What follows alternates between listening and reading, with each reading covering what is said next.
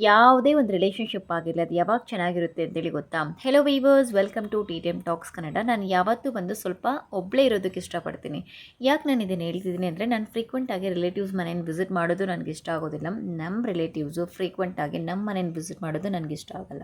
Because ಯಾವುದೇ ಒಂದು relationship ಬಂದು ಸ್ಟಾರ್ಟ್ ಆಗಬೇಕಾದ್ರೆ ಇನಿಷಿಯಲ್ ಕಾನ್ವರ್ಸೇಷನ್ ತುಂಬ ಚೆನ್ನಾಗಿರುತ್ತೆ. ಆದರೆ ಸ್ವಲ್ಪ ದಿವಸ ಆದಮೇಲೆ ಆ ರಿಲೇಷನ್‌ಶಿಪ್ ಬಂದು ತುಂಬ ಕಹಿಯಾಗೋದು ಸ್ಟಾರ್ಟ್ ಆಗುತ್ತೆ. ತುಂಬ ಮಿಸ್ಅಂಡರ್‌ಸ್ಟ್ಯಾಂಡಿಂಗ್ ಆಗೋದು, ಅದರಿಂದ ಆ ರಿಲೇಷನ್‌ಶಿಪ್ ಬ್ರೇಕ್ ಆಗೋದು ಇದೆಲ್ಲ ಆಗುತ್ತೆ. ನನಗೆ ನಮ್ಮ ಪಕ್ಕದಲ್ಲಿ ನಮ್ಮ ರಿಲೇಟಿವ್ಸ್ ಮನೆ ಇದೆ. ನಮ್ಮ ಮನೆ ಪಕ್ಕದಲ್ಲಿ ನಮ್ಮ ರಿಲೇಟಿವ್ಸ್ ಮನೆ ಇದೆ.